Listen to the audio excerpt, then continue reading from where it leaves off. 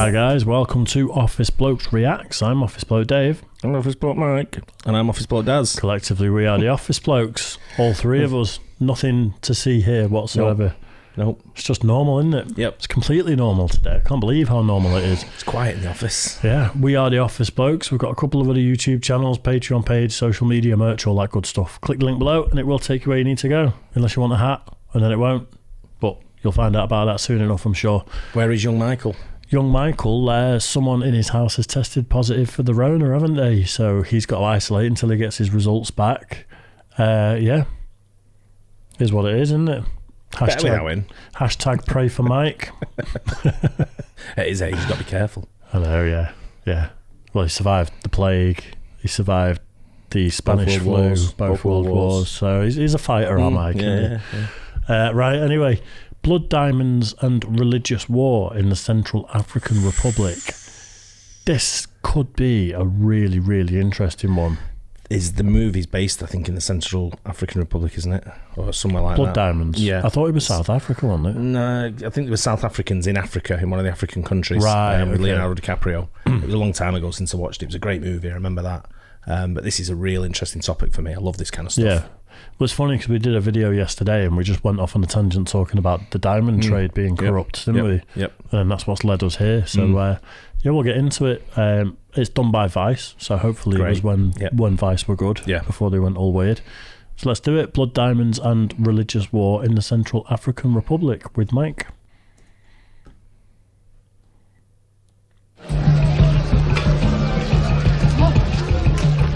Non, on a fait nos frères musulmans là. On nous a dit de rester là-bas pour ne pas venir ici emmerder. Actuel Tuchingoti qui est enclavé. Déjà il est c'est comme si voilà Kanga. Quoi, il petit ngana tambula, il bougeait, il s'arambene à faire. Les musulmans, chantier, le leader, il faut décision qui a centrafricaine à Boda.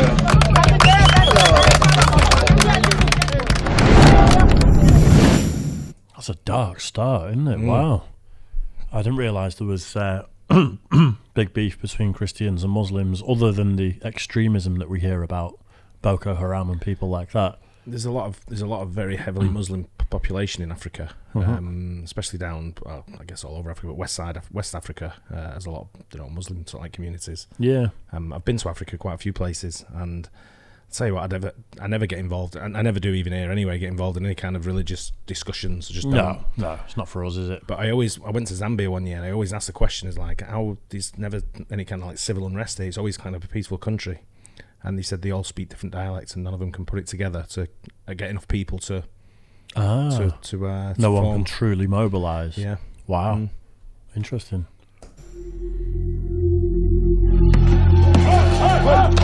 Since early 2013, the Central African Republic has been torn apart by sectarian conflict. In March of 2013, the Seleka, a mostly Muslim coalition of rebels, overthrew a corrupt government. They swept across the majority Christian country, bringing it close to anarchy. A mostly Christian fighting group, known as the Anti-Balaka, started fighting back. In December 2013, Vice News was there to witness a major turning point in the conflict. Anti-Balaka attacked Muslim civilians for their perceived support of the Seleka. Thousands of Muslims fled. The Central African Republic is located right in the heart of Africa, and it's one of the poorest countries in the world. But it's rich in natural resources, including gold and diamonds, and many want to stake in it. Vice News traveled to the mines in the heart of the country to see how the fight over natural resources is playing out in one of the world's most volatile conflicts. One of the world's poorest countries with one of the world's most expensive commodities. It doesn't compute, does it? Well, no, it doesn't. It shouldn't, but it does. Because you look at some of the wealthy oil nations whose people are really sort of like downtrodden and stuff like that. And it's just it's corruption. It goes to the top. The cream rises to the top, and that's it. And they stay there, and they're the ones that are fed off it, and they're the ones that skim off the top, and then the rest of them are just fend for themselves. Yeah, no, it's bad. It's shocking, isn't it? We're on the road to Boda. It's where a lot of the diamond mines are located. It's about 6 hours from the capital, Bangui.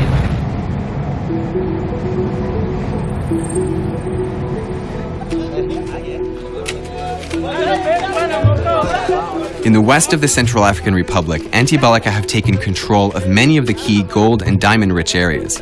Nearly all of the Muslims have been forced out, but Christians remain.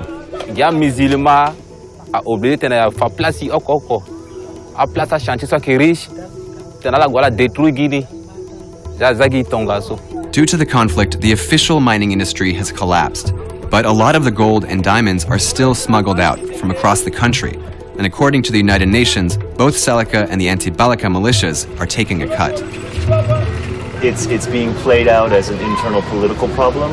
At the end of the day, it's actually just, in my opinion, just control over gold fields and gold concessions. There is serious money to be made in this country, and that has to be seen as one of the key drivers.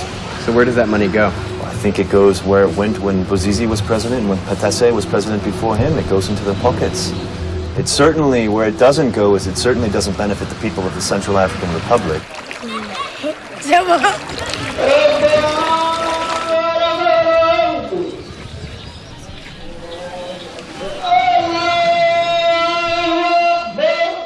Fighting over mines has created religious tensions where there were none before. Prior to the conflict, many mines were controlled by Muslim traders. These merchants have either fled or they're being blocked from working in the mines. Amadou Yaouma is Boda's head imam. He explained to us how the fighting has impacted the Muslim community.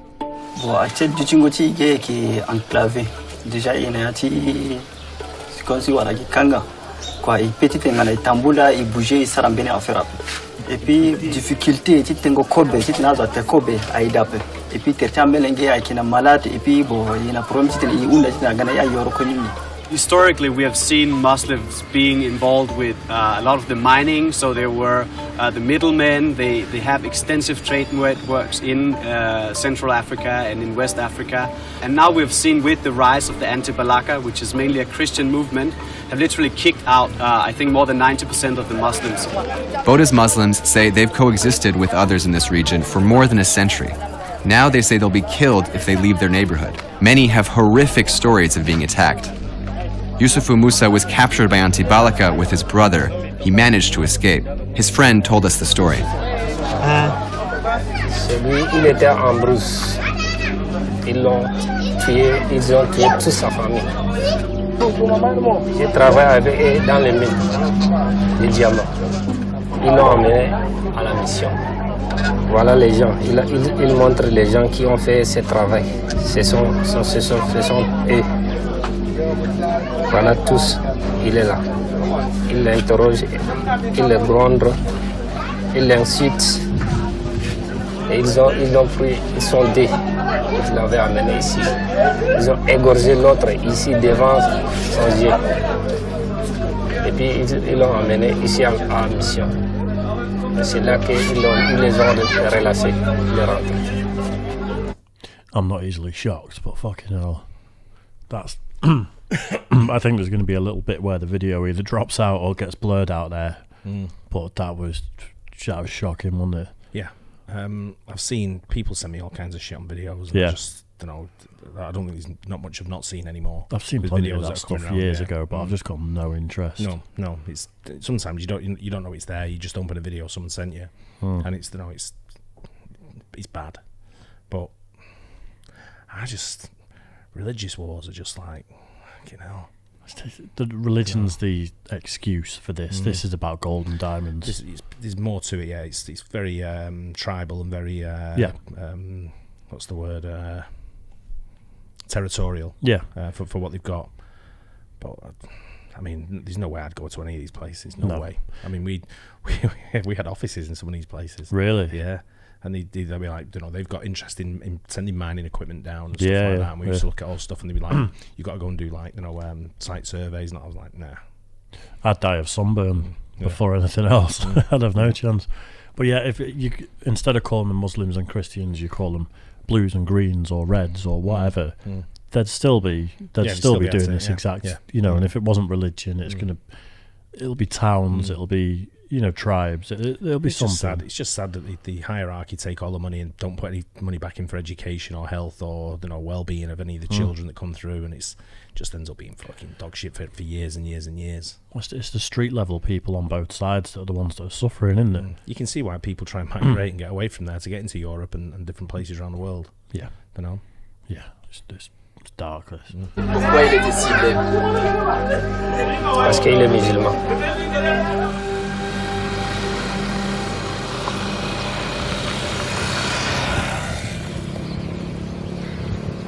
In the center of Boda is a no man's land that divides Muslim and Christian neighborhoods.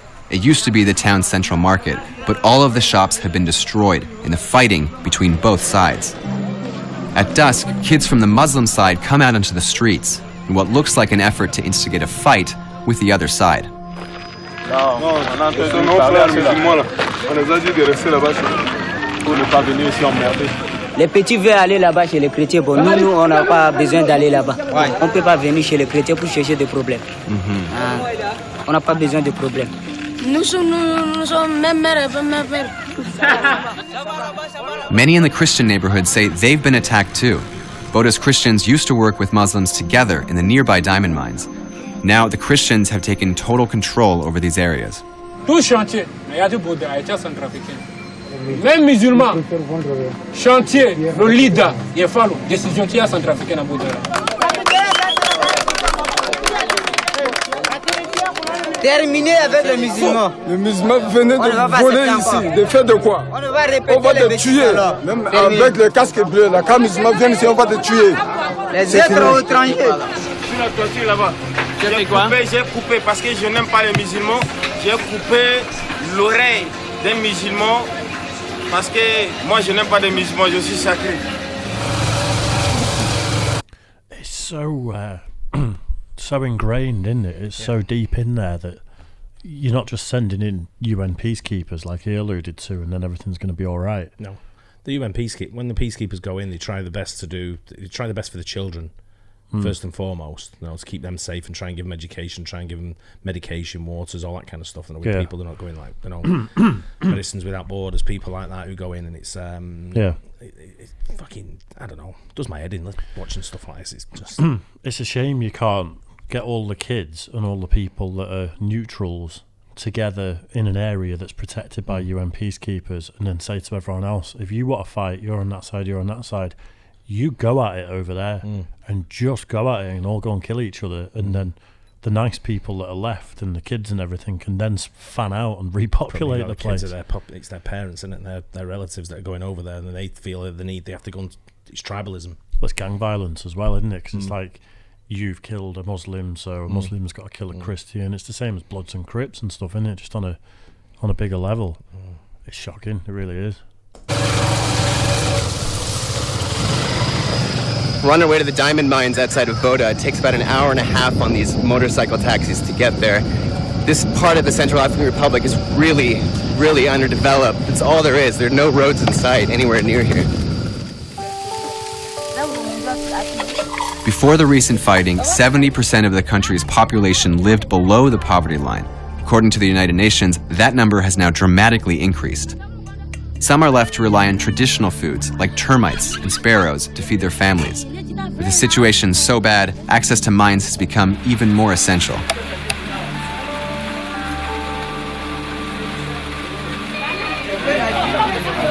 Voilà. Et ça, avec le diamant là que tu as dans ta main, oui. Tu peux gagner combien? Bon, supposons que je peux avoir même 25 000 francs dans cette petite pierre. Et tu trouves ça beaucoup? Peut-être même 10 fois ou 15 fois par année. Par année? Oui. Et puis, là, c'est trop petit. Oui. Mais il y a les plus gros aussi. Donc, je connais peut-être tu peux trouver 1 million si c'est gros.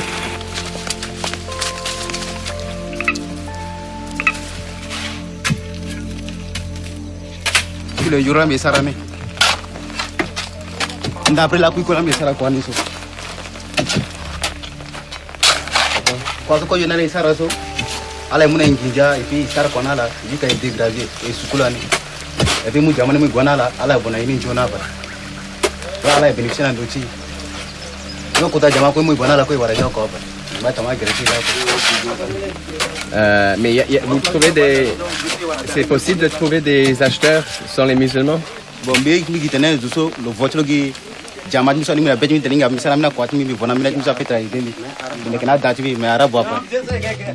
Before the conflict, the sale of gold and diamonds was a key source of revenue for the government. But in 2013, the Central African Republic was kicked out of the Kimberley process, the international agreement that tries to prevent the sale of blood diamonds, so the country can no longer legally export them.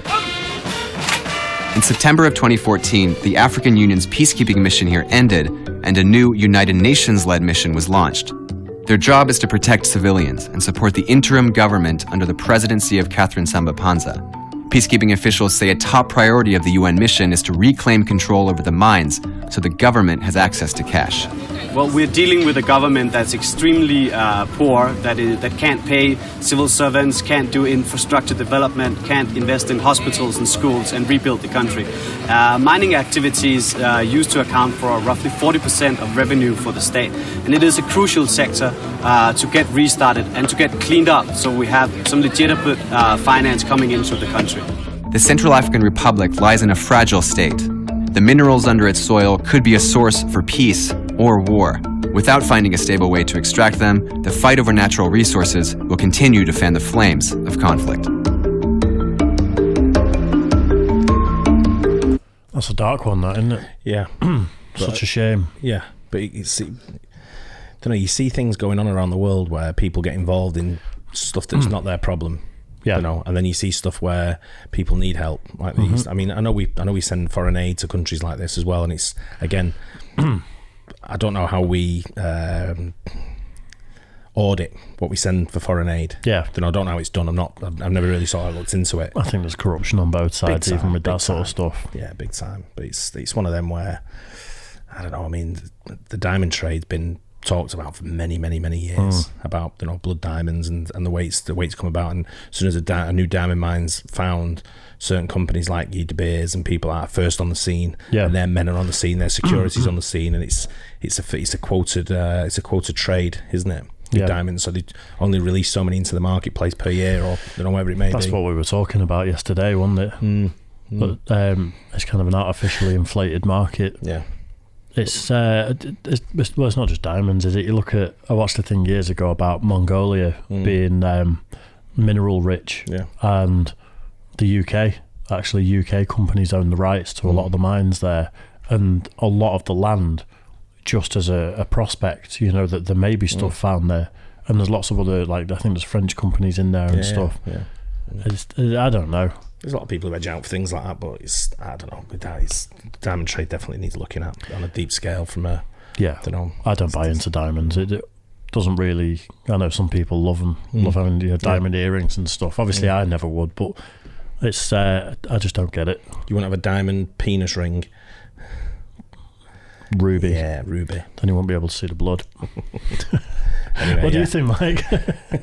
How dark was that one? Yeah, shocked he is. No, it was interesting to watch. It's a good education, I think. You've got to watch hard-hitting things from time to time, because you can have quite a comfortable life, and it's easy to sort of disregard things that are happening in other places because there's nothing we can do about it. You can't really stress too much about these things. But for me, I think bolstering that government, but then it'll turn out the government's probably corrupt. Always does. But it's got a history of it for many, many, many years. But then what if it turns out that that's a Christian government, and then now they're trying to be fair and distribute evenly, but then the Muslim population are saying we don't want a Christian government, and then the religion aspect of it just complicates it so much more, doesn't it? Just going to be shit for everyone for a long time then, isn't it? We live there. Well, anyway, hope you guys enjoyed that. Don't forget, like and subscribe, hit the bell, and we'll catch you on the next one. Cheers. Guys.